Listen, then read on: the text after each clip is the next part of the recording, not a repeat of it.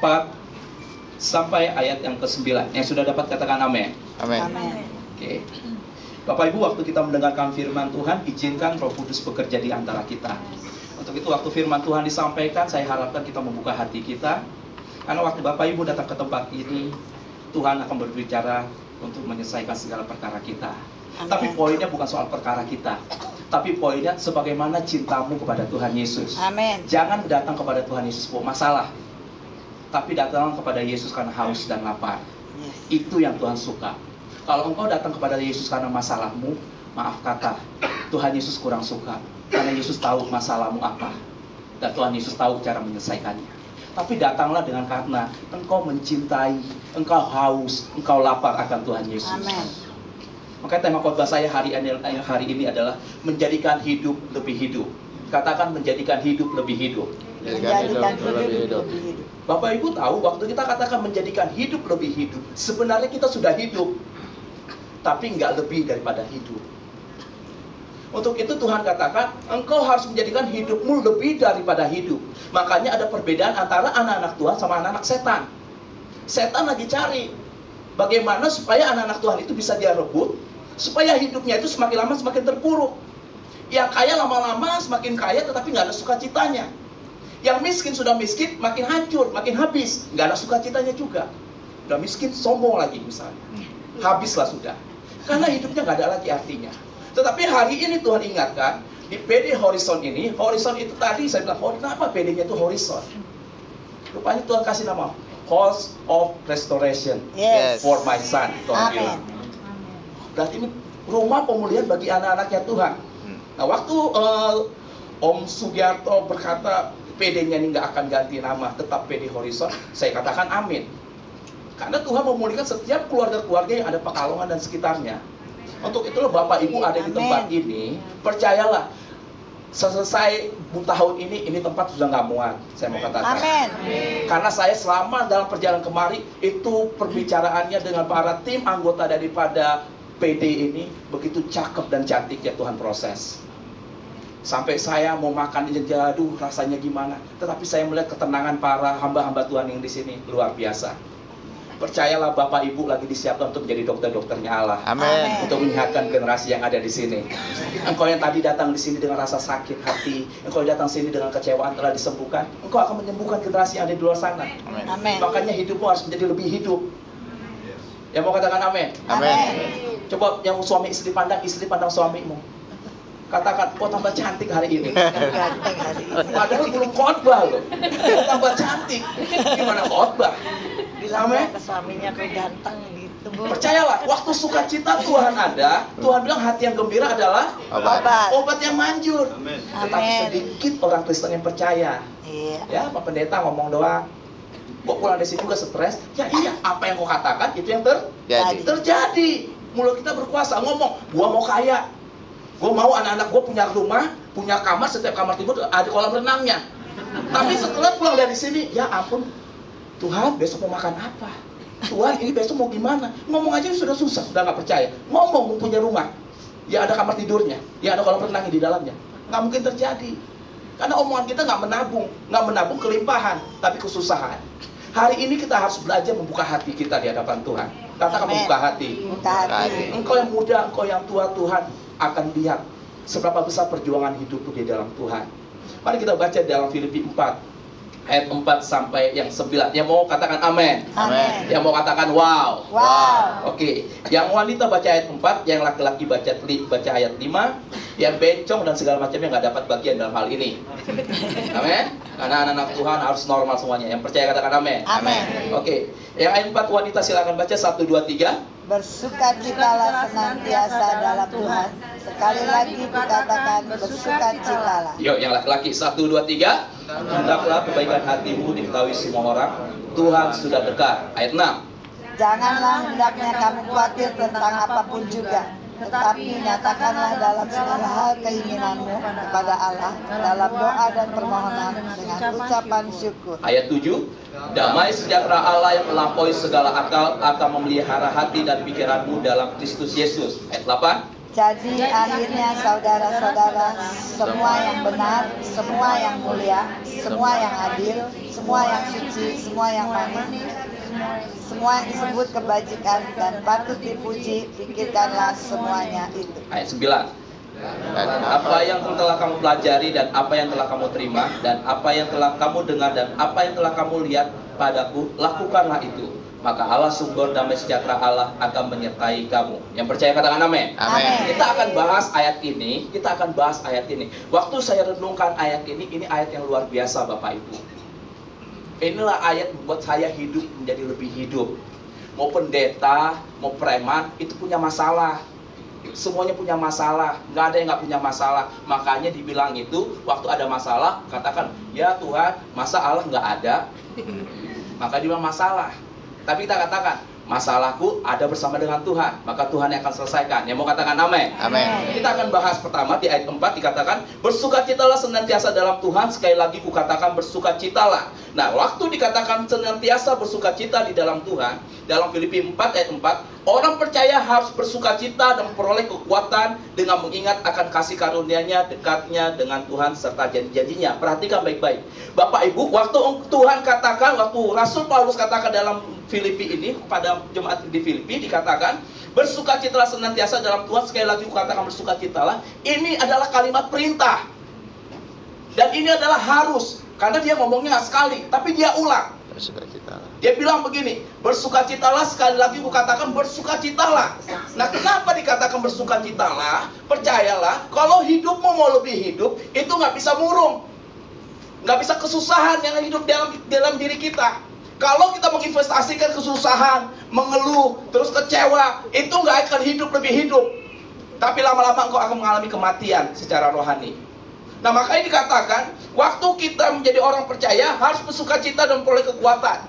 Jadi waktu kita bersukacita, ada kekuatan yang baru yang Tuhan berikan. Percayalah, orang yang ada di luar sana lagi cari kekuatan yang baru. Orang yang ada di luar sana lagi cari sukacita. Bapak Ibu, saya mau katakan, sukacita itu mahal harganya. Sukacita itu makanya nggak bisa dibayar. Berapa banyak program yang ada di TV itu hanya menayangkan untuk bersukacita, betul? Bapak Ibu lihat acara komedi, YKS dan segala macamnya. Untuk apa dibikin? Untuk orang tertawa. Tetapi nggak abadi. Habis nonton YKS 2 jam, murung lagi. Anak muda patah hati lagi. Yang ABG labil lagi. Yang orang tua mikirin lagi masalah demi masalah. Tetapi hari ini, kalau engkau mau bersukacita, Tuhan bilang, engkau harus ingat janji-janjinya Tuhan. Bagaimana kita mau ingat janji-janjinya Tuhan? Baca Alkitab. Pertanyaan saya sebagai hamba Tuhan, setiap hari baca Alkitab enggak? Baca. Amin. Harus baca. Kenapa harus baca Alkitab? Gimana kita mau ingat janjinya Tuhan kalau nggak kita jarang baca Alkitab?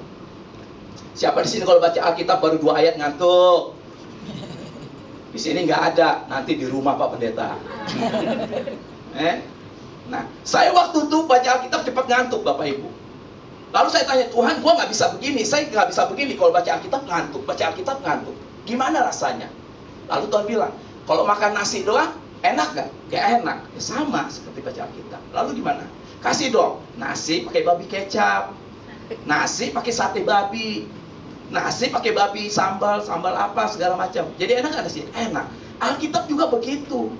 Kalau misalnya cuma makan Alkitab begini aja, rasanya tawar. Iya juga saya bilang. Lalu bagaimana rasanya Tuhan? Supaya rasanya ini nikmat. Dekat sama Roh Kudus. Bapak Ibu, hidupmu kalau nggak dekat sama Roh Kudus, baca Alkitab ini nggak ada rasanya. Dan engkau nggak akan bisa mengerti. Tapi waktu engkau dekat Roh Kudus, makanya cari Roh Kudus. Roh Kudus itu dekat di dalam hatimu. Roh Kudus itu ada dalam hidupmu. Waktu kita baca Alkitab, maka Tuhan kasih mengerti.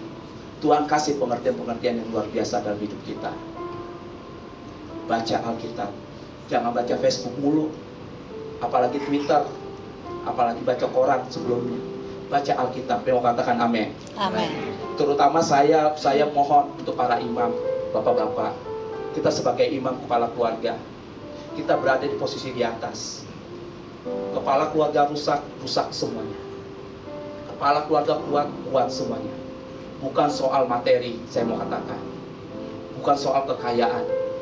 Bukan soal kemiskinan, tapi soal kekuatanmu bersama dengan Tuhan. Saya mengalami bersama dengan istri saya. Kalau kami nggak kuat, mungkin kami sudah pisah.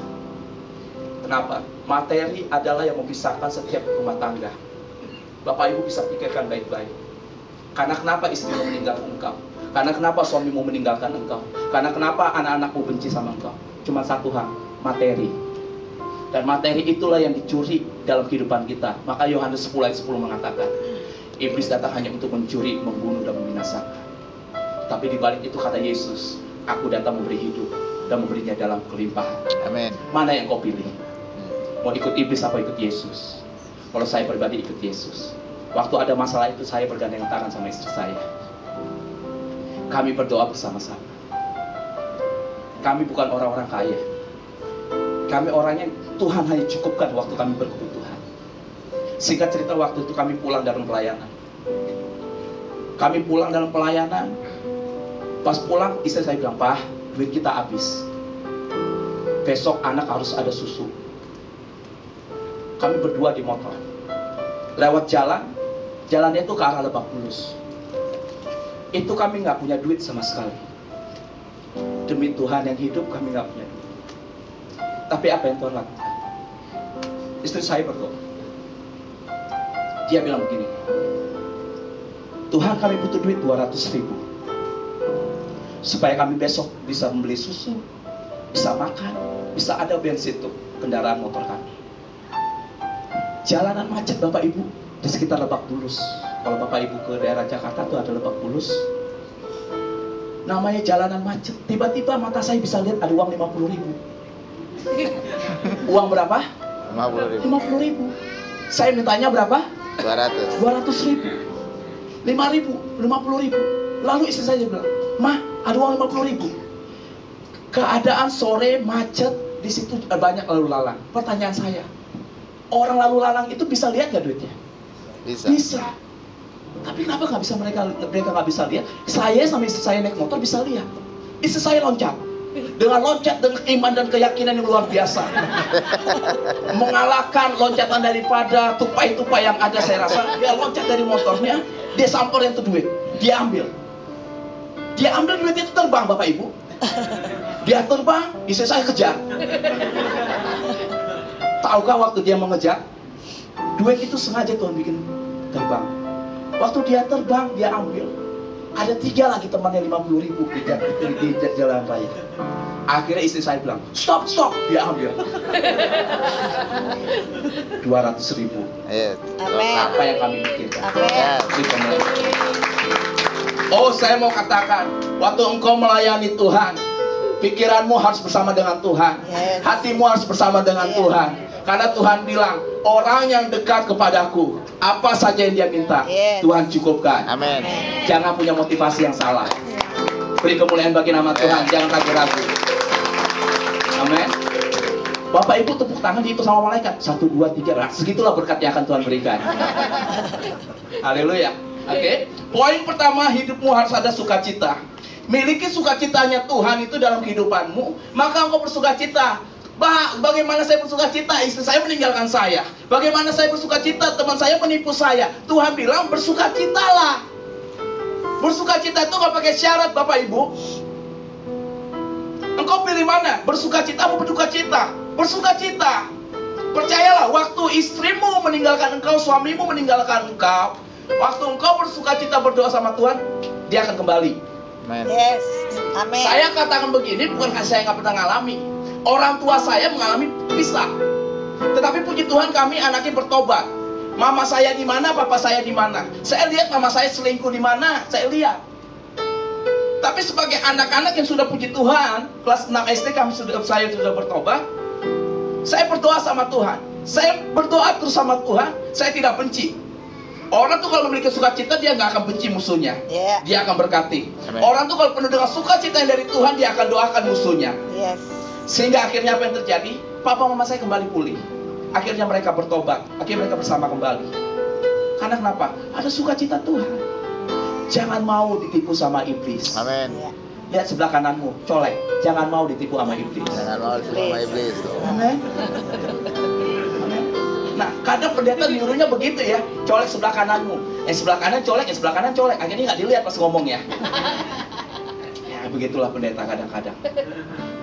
Poin pertama, bersukacita senantiasa. Katakan bersukacita. Bersukacita. Hidupku harus bersukacita. Hidup. Katakan hidupku harus bersukacita.